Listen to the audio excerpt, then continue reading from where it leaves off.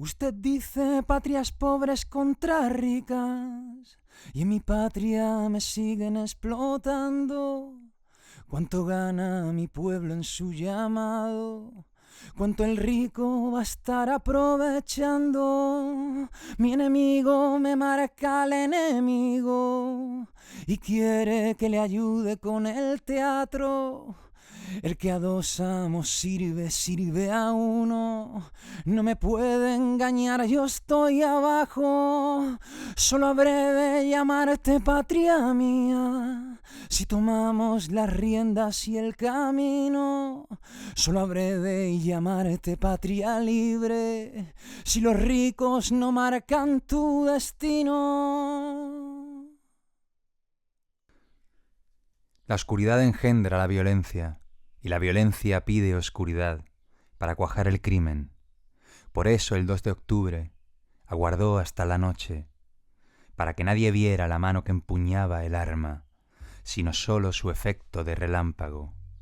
Y a esa luz, breve y lívida, ¿quién? ¿Quién es el que mata? ¿Quiénes los que agonizan, los que mueren, los que huyen sin zapatos, los que van a caer al pozo de una cárcel, los que se pudren en el hospital, los que se quedan mudos para siempre de espanto? ¿Quién? ¿Quiénes? Nadie. Al día siguiente nadie. La plaza amaneció barrida, los periódicos dieron, como noticia principal, el estado del tiempo. Y en la televisión, en el radio, en el cine, no hubo ningún cambio de programa, ningún anuncio intercalado, ni un minuto de silencio en el banquete, pues prosiguió el banquete. No busques lo que no hay, huellas, cadáveres, que todo se le ha dado como ofrenda a una diosa, a la devoradora de excrementos. No hurgues en los archivos, pues nada consta en actas. Mas he aquí que toco una llaga, es mi memoria. Duele, luego es verdad, sangre con sangre, y si la llamo mía, traiciono a todos. Recuerdo, recordamos, esta es nuestra manera de ayudar a que amanezca. Sobre tantas conciencias mancilladas, sobre un texto iracundo, sobre una reja abierta, sobre el rostro amparado tras la máscara. Recuerdo, recordamos, hasta que la justicia se siente entre nosotros. Rosario Castellanos. Es nuestro ahora. Hoy, Gabino Palomares.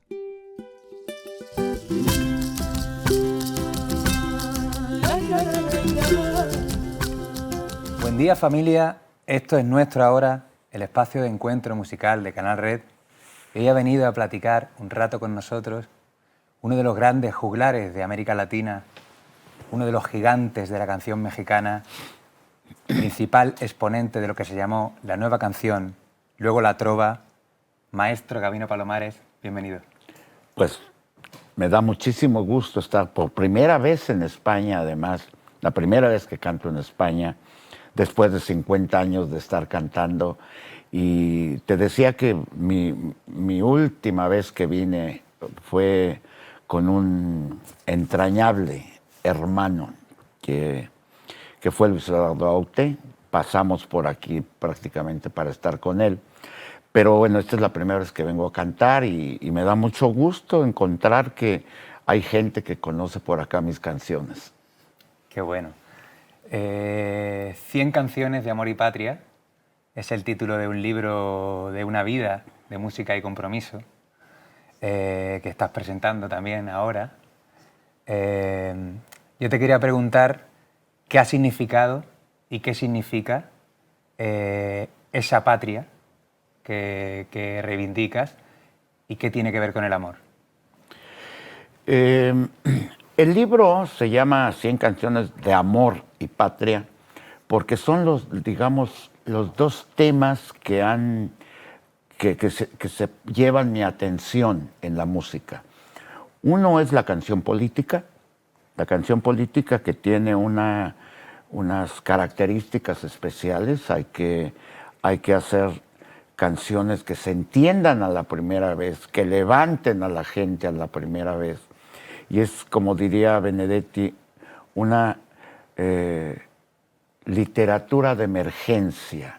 Esto que como peyorativo usan panfleto, los exquisitos del arte que le tienen, oyen panfleto y se ponen así, Benedetti lo reivindica como una literatura de emergencia. Es decir, en los movimientos sociales, que es en donde yo he estado la mayoría de mi tiempo, conviviendo con la lucha política, conviviendo con la historia reciente de México y de América Latina.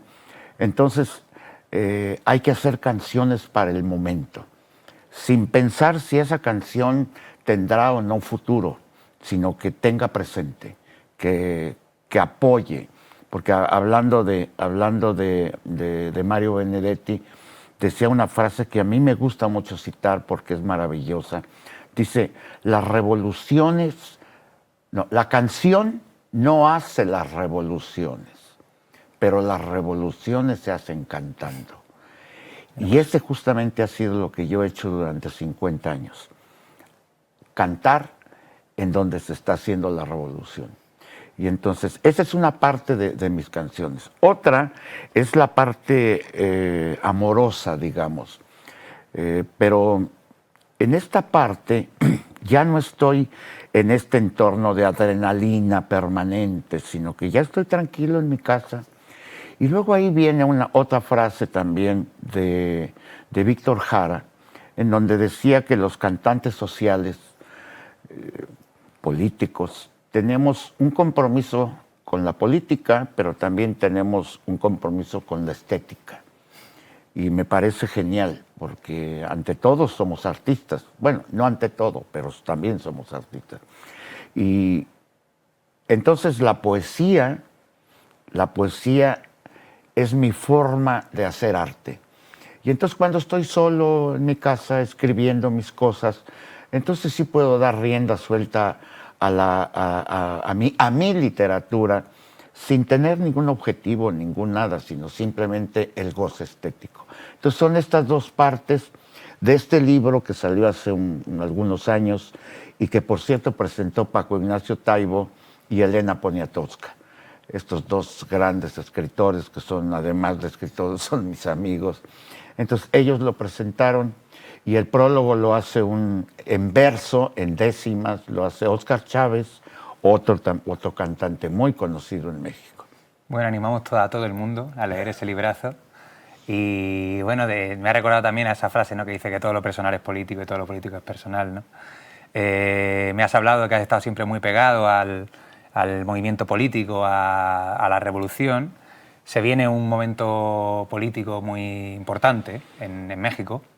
Se avecinan elecciones, además unas elecciones que son históricas sí o sí, porque van a nombrar a la primera mujer presidenta de América del Norte.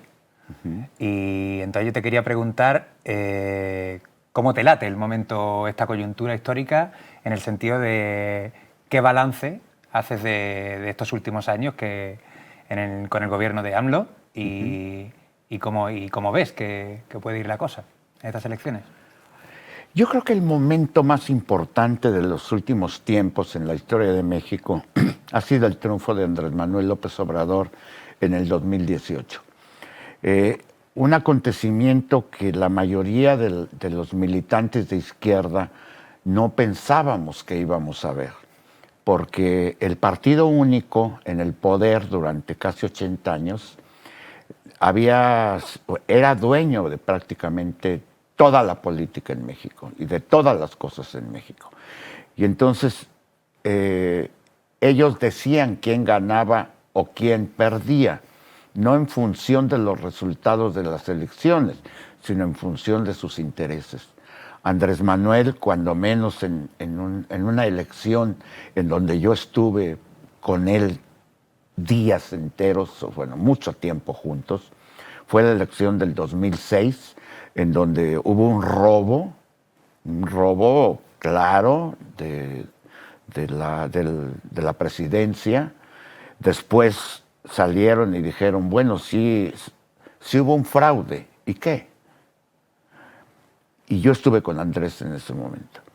Después fue otro tiempo de lucha, han sido muchas vicisitudes con Andrés Manuel compartidas, hasta que el PRI, el Partido Revolucionario Institucional, ya no tuvo más remedio que aceptar el triunfo de Andrés, porque el margen con el que ganó Andrés Manuel ya era inmanejable, ya era un triunfo total.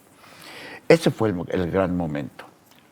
Han sido 6 años en donde Andrés Manuel se ha dedicado a quitarle los privilegios a la gran burguesía mexicana, que no pagaba impuestos, que se quedaba con todos los contratos del gobierno, que hacía lo que le daba su gana. Andrés los llamó y les dijo, o pagan impuestos o se van. Y bueno, resulta que lo que decía Andrés Manuel, que si se corregía un poco del robo al país, iba a alcanzar para todo. Nunca nadie le creyó, pero bueno, Andrés ha demostrado que cuando se acaba se acaba este robo, se acaba la corrupción, entonces hay para todo.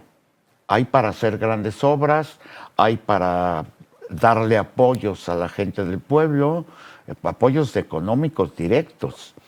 Y hay para todo y sin pedir dinero al extranjero. ¿Qué queda por hacer, crees tú? Lo que sigue no es más que la consolidación, y yo no creo que vaya a haber ningún contratiempo.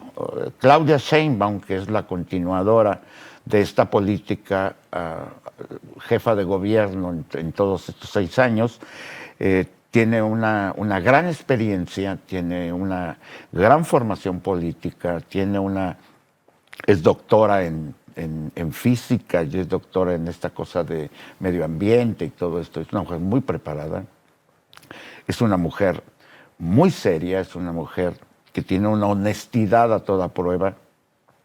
Yo soy testigo de eso porque de alguna manera la he seguido.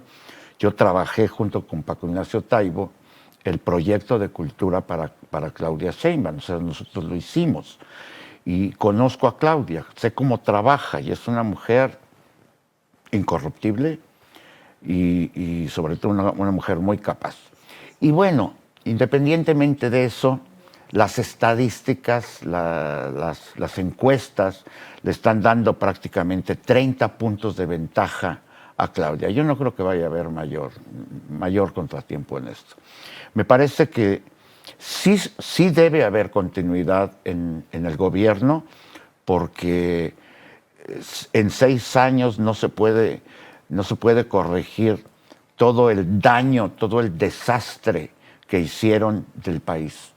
O sea, todas las leyes, todas las formas de gobierno fueron en contra del pueblo. Y entonces ahora Andrés Manuel demostró que dándole a la gente, no todo, pero sí repartiendo la riqueza, rompiendo estadísticas atroces de pobreza extrema, rompiendo con toda esta concentración de la riqueza que hubo en México, desproporcionada en todos los niveles, y eliminando la corrupción, se puede alcanzar para todo. Y Claudia ha estado gobernando la ciudad del lado de Andrés Manuel, de la mano de Andrés Manuel. Entonces, yo no creo que vayan a pasar contratiempos. Vamos a seguir gobernando. Te lo conecto con uno de tus grandes himnos, La maldición de Malinche. ¿Crees que de alguna manera se está empezando a remediar, a romper el maleficio? ¿O están condenados los pueblos que han sido saqueados a esa maldición? Bueno, la canción de La maldición de Malinche fue escrita en 1972, o sea, tiene más de 52 años, tiene 52 años, y es una canción que yo escribí porque mi padre era un indio otomí, que hablaba su idioma otomí, y que me hablaba y me estaba enseñando, y mi padre de pronto dejó de hablar su idioma. Y yo le pregunté por qué, y me dijo una frase cortita que encierra toda la historia de los indígenas en México. Mi padre dijo, no hablo porque se burlan. Y nos hemos estado burlando de los indígenas en México durante 5 siglos. La maldición de Malinche recoge esto porque no habla de la conquista siquiera. Hace una historia, por supuesto, de la conquista, pero aterriza, ni es una canción contra los españoles, bueno, ni siquiera es una canción contra los gringos, sino que es una canción contra algunos mexicanos, racistas, que además se congratulan de ser racistas, y me parece que eso es algo...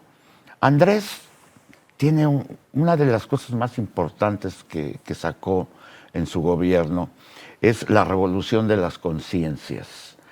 Y me parece, dice Andrés, el avance material, económico de un pueblo no tiene sentido si no hay un avance espiritual, un avance de la conciencia del pueblo de México.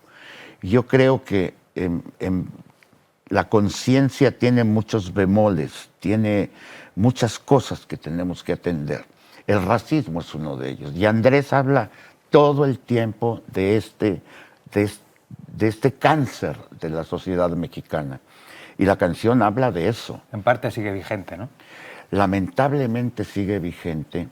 Y la canción se ha asociado mucho con la crítica a estos mexicanos que generalmente, o en su mayor parte, son gente que tiene todo el dinero del mundo y que lo único que le interesa es seguir haciendo dinero, haciendo tratos con los gringos, particularmente con los gringos, porque hablando de frases, alguien dice que pobrecito de México, tan lejos de Dios y tan cerca de Estados Unidos.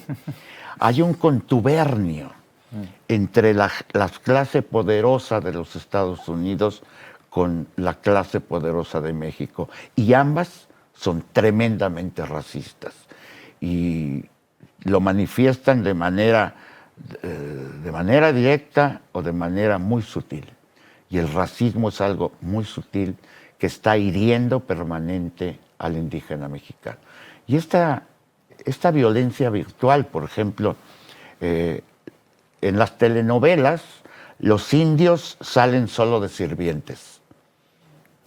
Y cosas como esas nos están metiendo permanentemente. El concepto de belleza.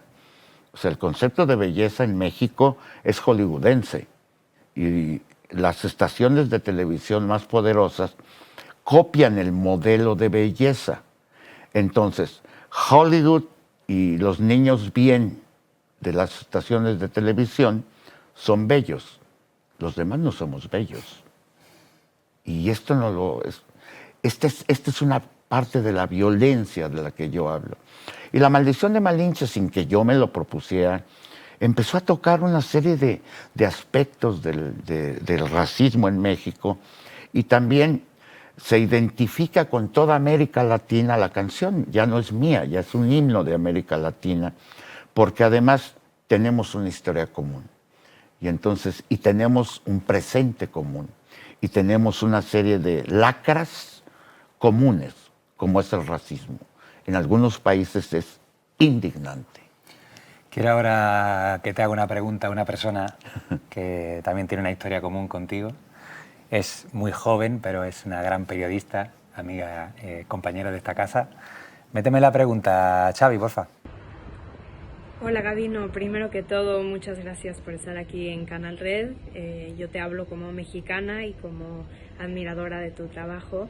Y lo que te quería preguntar es cómo se ve la canción protesta en este siglo, en esta nueva etapa histórica, en este nuevo bloque histórico en el que estamos viviendo, en el que hemos pasado por ese siglo XX, de tu generación, de todas estas luchas, y cómo se debe articular en este nuevo siglo y en esta nueva etapa esa canción protesta.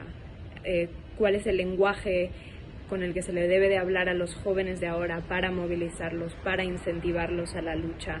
Y también cómo se articula esta nueva generación en la que hemos pasado de la lucha armada quizás a un momento en donde debemos asumir otras tareas y otra metodología de hacer la revolución, y sobre todo cómo se articula esa memoria del siglo XX, esa memoria de las revoluciones del siglo pasado y de tu generación, y cómo se puede generar esa dialéctica entre las luchas del pasado con las luchas del ahora y hacer entender a una nueva generación de jóvenes que en realidad es una misma lucha y que en realidad esa memoria la tenemos que adoptar como una suerte de dialéctica entre ese pasado y nuestro futuro. Entonces también más amplio qué es la canción protesta y qué es la revolución también tiene que ver con qué es la izquierda en el siglo XXI. Ahora tú hablas desde la Cuarta Transformación, yo también. ¿Cuál es nuestra labor desde la Cuarta Transformación para seguir creando esta nueva revolución del siglo XXI y cómo encaja la canción protesta dentro de esa transformación? Muchas gracias. Muy interesante, muy interesante. Mira, los artistas hacemos arte a partir del momento histórico que nos tocó vivir y representamos toda una forma de hacer y de decir cultural. Yo vengo de una generación en que cantamos e hicimos arte con lo que teníamos a la mano. Por supuesto que los cambios generacionales culturales cada vez se hacen con mayor rapidez. Antes, para un cambio general se necesitaban X número de años, ahora son meses. Y por supuesto el cambio viene demasiado rápido. Y nosotros seguimos cantando, yo sigo cantando particularmente como sé cantar. Y tenemos un público que es de mi generación, pero también un público de jóvenes que les gusta este tipo de canción, que les gusta esta forma estética de manifestar el descontento, de la propuesta, de manifestar los sueños, las ilusiones de la gente. Y tenemos mucha gente que se identifica con nosotros, pero por supuesto que muchos otros jóvenes no, porque ellos están haciendo estéticamente lo que su tiempo les da. Y si tú me preguntas qué está pasando con la canción política, yo te diré que la trova ya no está haciendo la canción política. Mi generación de trova hicimos política. La siguiente generación se fue alejando de la política. Se fue alejando de la política, se fue concentrando en los bares, se fue concentrando en los círculos literarios, pero ya no hubo una vinculación con los movimientos sociales. Uno o dos de la siguiente generación hizo esto. La mayoría se fue por la cuestión estética y se fue olvidando paulatinamente de la política. Entonces, sabemos gente que hacemos una música en los barrios, que hacemos música en los grupos políticos más radicales y que se sigue conservando más o menos esta forma de decir. Pero quien está haciendo la política en este momento son los raperos. Y los raperos escogieron un modo de expresión estética que te da una gran posibilidad para opinar. Toda la canción es opinar. Es pam, pam, pam, pam, pam, opinas. Y entonces te da una posibilidad de decir cosas maravillosas. Y sucede lo mismo. Con el folclore de pronto se dicen tonterías.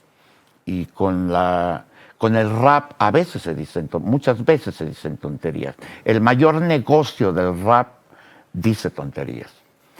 Pero hay un sector del rap que está haciendo cosas políticas mucho más fuertes y dice cosas que nosotros nunca diríamos. Y están haciendo una canción que va directamente a una crítica del capitalismo muy radical. Yo tengo contacto con varios raperos, son mis cuates, y entonces yo sé lo que están diciendo. ¿A quién recomendarías? Mira, lo que pasa es que no hay Hay una muchacha que se apellida Yacruna, hay otro,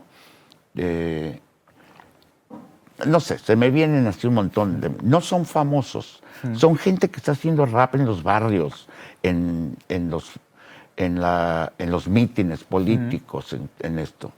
No han logrado sobrepasar ese nivel, pero yo creo que lo van a hacer. Nosotros también nos desarrollamos así. Y yo creo que es la canción social y política no va a cambiar. Es decir, puede cambiar estéticamente, pero lo que tiene que decir, desgraciadamente, como La maldición de Malinche, tarda mucho en cambiar. Y la crítica entonces seguirá por muchos años. Yo creo que los muchachos, los raperos sobre todo, están haciendo un papel histórico muy importante. Sí, nos podemos quedar con eso, ¿no? Con que la canción protesta sigue vigente, aunque haya cambiado a veces de forma y de estética, y venga por otras vías que no sean quizá como la canción clásica, ¿no? de canción protesta, pero sigue vigente y sigue hablando de las mismas cosas, lamentablemente, porque siguen las mismas luchas, las mismas reivindicaciones, ¿no? Sí. Pues muchas gracias. No, me da mucho gusto. Yo ahora yo tuve contacto con los cantantes de mi generación, o sea, estaba contando de Luis Eduardo Aute, el mismo Serrat, Víctor Manuel, Diana Belén, que son la gente de mi generación. Pero yo sé, un cantante que para mí fue fundamental, Paco Ibáñez. Paco Ibáñez me metió, además, y les digo a los artistas, a los jóvenes que están haciendo canciones en España, tienen una generación de poetas de la guerra civil a los que hay que aprenderles mucho todavía. Y yo se lo digo porque para mí la canción, la poesía de la guerra civil española, las canciones de Paco Ignacio, de Paco Ibáñez me marcaron. Hay todavía mucha tela que cortar de estos poetas. Síganlos. Suscribimos que sigamos a Paco Ibáñez, que ahí sigue además. Y nada, pues un placer, un honor. Muchas gracias. Espero que sea la primera de muchas de encontrarnos. Y bueno, qué decir, nos vemos en el siguiente encuentro. Ahora os dejamos con un temazo de Gabino Palomares, en Inclusiva para Canal Red. Esto es nuestro ahora. Salud.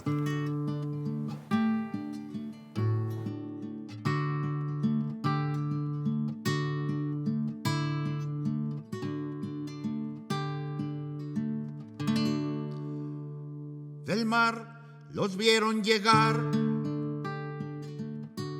Mis hermanos emplumados eran los hombres barbados de la profecía esperada. Se oyó la voz del monarca de que el Dios había llegado y les abrimos la puerta por temor a lo ignorado. Iban montados en bestias como demonios del mal, iban con fuego en las manos y cubiertos de metal. Solo el valor de unos cuantos les opuso resistencia y al mirar correr la sangre se llenaron de vergüenza, porque los dioses ni comen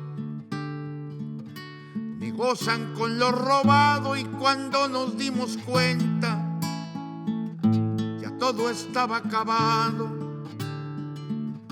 y en ese error entregamos la grandeza del pasado, y en ese error nos quedamos 300 años esclavos. Se nos quedó el maleficio de brindar al extranjero nuestra fe, nuestra cultura, nuestro pan, nuestro dinero. Y hoy le seguimos cambiando oro por cuentas de vidrio y damos nuestra riqueza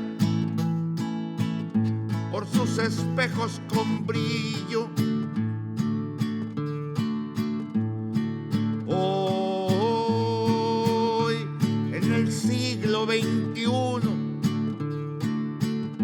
nos siguen llegando rubios y les abrimos la casa